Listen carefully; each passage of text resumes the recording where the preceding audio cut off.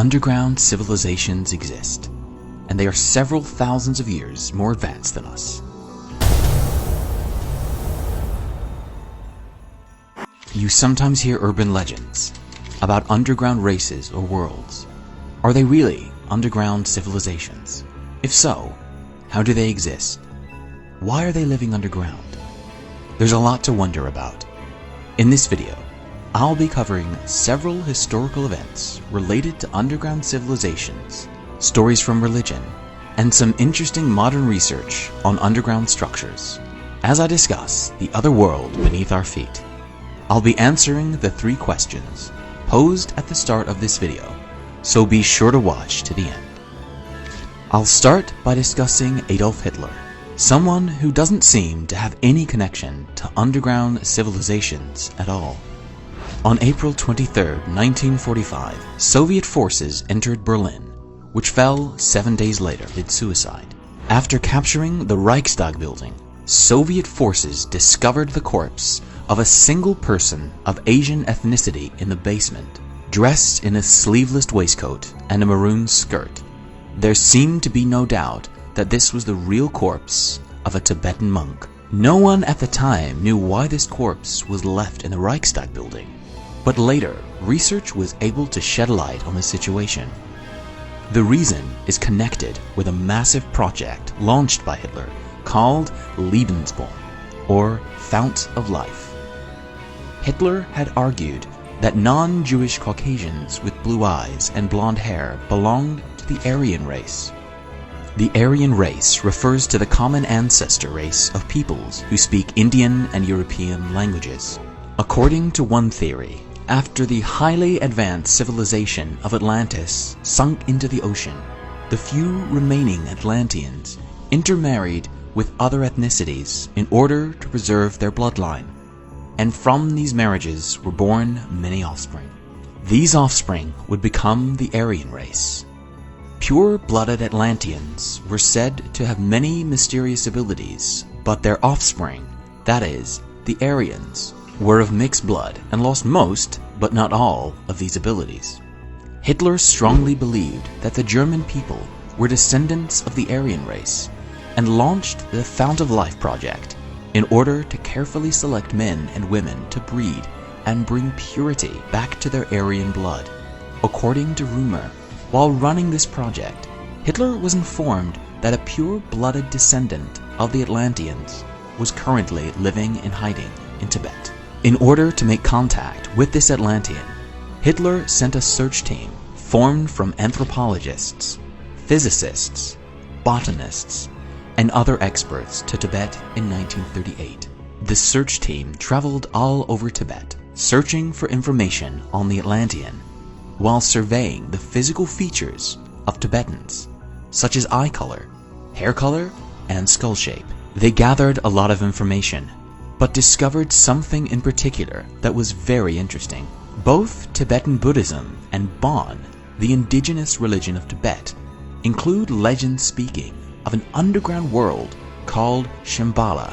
According to these legends, the entrance to Shambhala is found in Mount Kailash, in the western region of the Tibetan Plateau, and an advanced race of people still live in this underground world.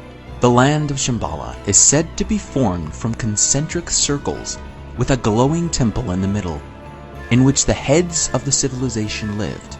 If you're familiar with Atlantis, this might sound familiar. In his dialogues, the ancient Greek philosopher Plato described the advanced civilization of Atlantis as being formed from concentric circles within the nation's most important temple in the middle, in which the nation's leaders lived. The search team brought this information back to Hitler, who later sent a second search team to Tibet.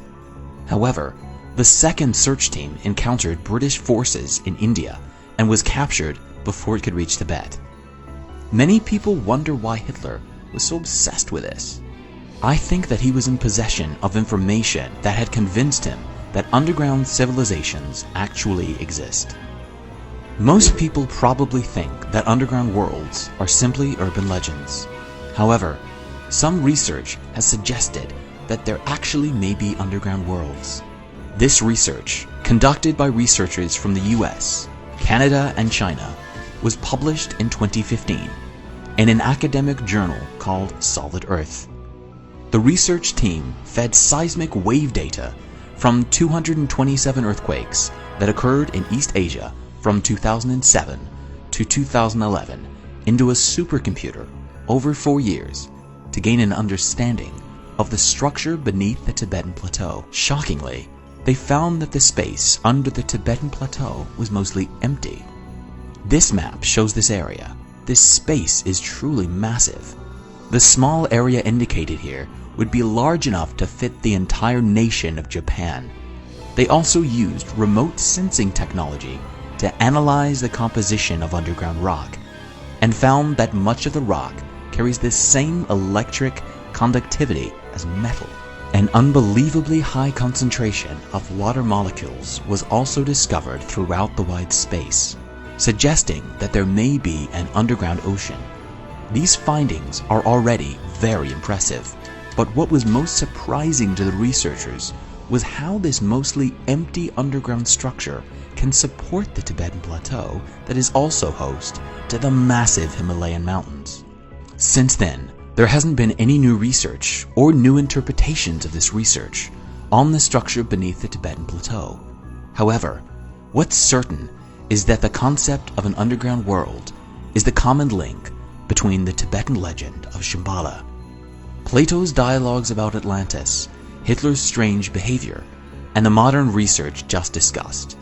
An underground world, thought merely to be an urban legend, may actually exist according to various sources. This map is often brought up when discussing the urban legend of underground worlds. You can see Shambhala here, along with several entrances to the underground world from the surface. The largest entrances are in the South Pole and the North Pole. This is connected with another interesting incident. In 1947, the United States Navy conducted a large-scale project to survey the South Pole called Operation High Jump. The project was headed by Rear Admiral Richard E. Byrd, who was a famous explorer at the time. In 1996, 40 years after his death, Byrd's family discovered a diary written by him describing a strange incident. He wrote of flying over the South Pole during Operation High Jump and encountering 2 flying objects, which brought him to what he believed was an underground world. He was surprised to see that this world contained forests, rivers, and even large towns. After speaking with a tall, blonde Caucasian, who Byrd assumed to be an inhabitant of this underground world, he returned to the surface above the South Pole. He mentions that he immediately reported what had happened to senior officials, but claims that his report was classified and that he was ordered not to speak about it to anyone. Although the diary itself is now believed to be an urban legend, a bit of research reveals something curious about the South Pole. There are some parts of the world that show up blurry or even blank on Google Maps or Google Earth. This is done to conceal military facilities or possible targets of terrorism.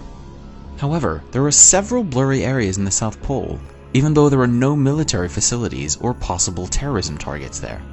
If an advanced civilization truly does exist beneath the Earth's surface, why don't they make contact with us? And why are they living underground? Here's what I think. Based on various legends and what's described in Byrd's diary, I think that there is a constant source of heat and light underground, similar to sun. I believe that this must be an artificial sun, using nuclear fusion technology. In my previous video on alien civilizations, I mentioned that Type 1 civilizations would begin using nuclear fusion as their main areas of obtaining energy.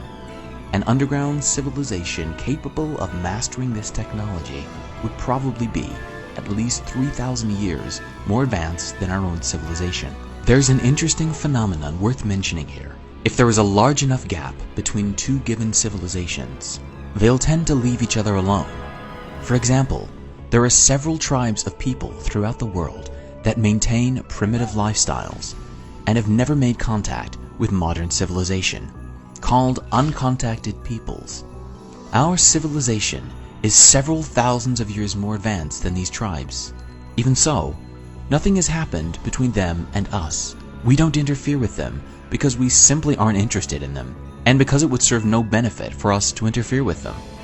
In return, they don't interfere with us because they couldn't have any impact on our advanced civilization, and because they aren't even a threat to us.